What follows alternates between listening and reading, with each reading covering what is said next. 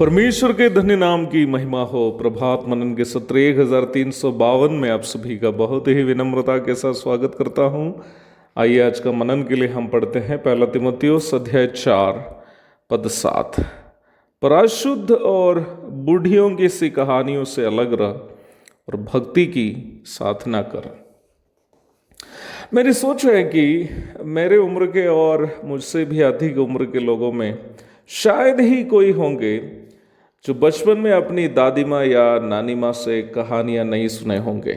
ज़्यादातर उन कहानियाँ जो हम अपने दादी माँ या नानी माँ आदि से सुने थे, वे सब हमारे देश में या हमारे स्थानीय क्षेत्रों में प्रचलित काल्पनिक कहानियाँ थी। हमारे केरल में इस प्रकार की कई कहानियाँ प्रचलित हैं और आज भी बहुत सारे लोग उन काल्पनिक कहानियों को सच्ची घटनाएं समझते भी हैं। उनमें से एक कहानी यह है कि परशुराम अरब सागर के ऊपर से कुल्हाड़ी फेंका और तब सागर में एक सूखी भूमि उत्पन्न हुई और वही केरल है। और दूसरी सबसे प्रचलित कहानी केरल के मुख्य त्योहार ओणम से जुटी है। इस कहानी के अनुसार प्रत्येक मलयालम महीना चिंगम की पहली तारीख में महाबली नामक ईमानदार एवं सत्यवान असुर राजा, जिनको महाविष्णु ने पाताल भेजा था, केरल की अपनी प्रजा से मिलने के लिए पाताल से आता है। कई लोग इसे सच समझते हैं और कई लोग कहानी। फिर भी केरल के बहुमत के लोग मलयालम महीना चिंगम की पहली तारीख में अपने घर द्वार को सजाकर महाबली सम्राट के स्वागत में ओणम मनाते हैं। आपको ये मालूम हो कि इस प्रकार की मनगढ़ंत तथा काल्पनिक कहानियाँ न केवल केरल में बल्कि दुनिया के हर क्षेत्र में पुराने जमाने से प्रचलित है।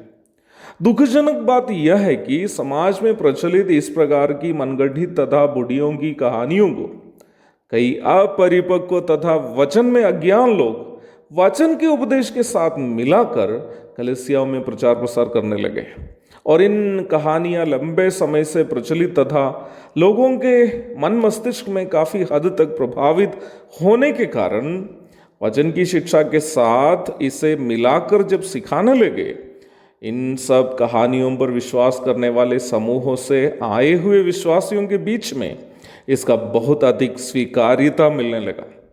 वर्तमान में भी मसीही कलीसियाओं में प्रचलित कई प्रकार की ऐसी प्रथाएं जिसका वचन से कोई लेना देना नहीं है, इस प्रकार मनगढ़ंत तथा काल्पनिक कहानियों को वचन की शिक्षा के साथ मिलाने का परिणाम है। आने वाले रविवार दुनिया प्रभु यीशु मसीह के पुनरुत्थान की याद में ईस्टर मनाने वाली है। सार्वजनिक रूप में यदि देखा जाए, प्रभु यीशु मसीह के पुनरुत्थान की याद करनी विश्वासियों की जिम्मेदारी और विश्वासियों के लिए एक सौभाग्यता भी है। पहली शताब्दी की कलीसिया प्रभु यीशु मसीह की मृत्यु, पुनरुत्थान आदि को बहुत अधिक महत्व देकर स्मरण करती थी। प्रेरितों के काम में जब हम प्रथम शताब्दी की कलीसिया का इतिहास पढ़ते हैं, हमें यह स्पष्ट रूप में समझ आ जाते हैं कि प्रभु यीशु मसीह की मृत्यु, पुनरुत्थान आदि को रोटी तोड़कर पहले प्रत्येक दिन और बाद में सप्ताह के प्रथम दिन कलीसिया याद करती थी। प्रेरितों के काम 2:46, 20:7। रोटी तोड़ने की प्रथा प्रभु यीशु की मृत्यु और पुनरुत्थान और दूसरा आगमन की याद करने हेतु प्रभु स्वयं अपने पवित्र प्रेरितों को दी गई एक आज्ञा है। मत्ती अध्याय 26 पद 26 से 28 तक और पहला कुरिन्ती 11 की 23 से 26 तक पढ़ लीजिएगा। आप हमको ये बताइए, प्रत्येक दिन या प्रत्येक सप्ताह करने का एक कार्य को साल में एक दिन के लिए सीमित करने के द्वारा क्या हम वास्तव में उस कार्य का महत्व को अधिक कर रहे हैं या उसका महत्व कम कर रहे हैं? मैं जानता हूं कि आप लोग इस प्रश्न का उत्तर जानते हैं और इसलिए मैं उसका उत्तर बोलना नहीं चाहता। ईस्टर शब्द इयोस्ट्रे नामक शब्द से आया।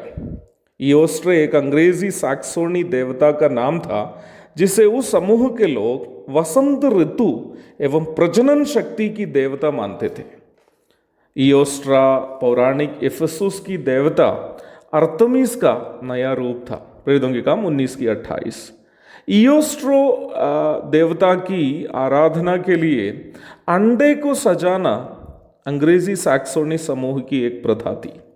दुखजनक बात यह है कि झूठी एवं मनगढ़ंत बुढ़ियों की कहानियों को मसीहत में मिलाने के चक्कर में इन झूठे शिक्षकगण न केवल प्रभु यीशु मसीह के पुनरुत्थान का महत्व को, नहीं तो यीशु मसीह की मृत्यु एवं पुनरुत्थान की यादगारी को साल में एक बार करने के कार्य के रूप में सीमित कर दिया, बल्कि अंडा उंडा सजाने की पैगन प्रथा को भी मसीहत में मिला दिया है।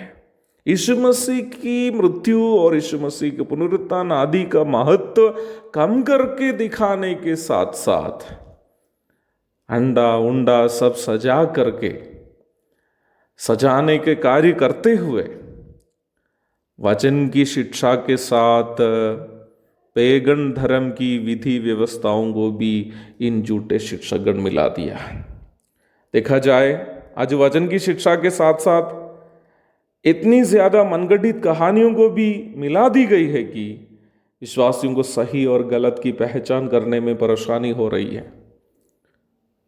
बहुत अधिक प्रार्थना के साथ विश्वासियों को वचन की शिक्षा प्राप्त करने की अनिवार्यता है, अन्यथा सच्चाई में बने रहना आपके लिए बहुत मुश्किल का काम होगा। एक और नए दिन की धन्य कामनाओं के साथ आज का मनन का मैं यहाँ पूर्ण विराम करता हूँ।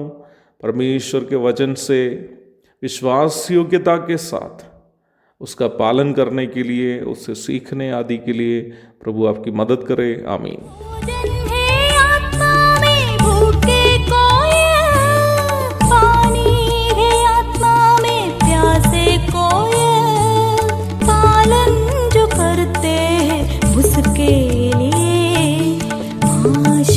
पाने का साधन है ये है वचन, प्यारा वचन, यीशु मसीह का प्यारा वचन।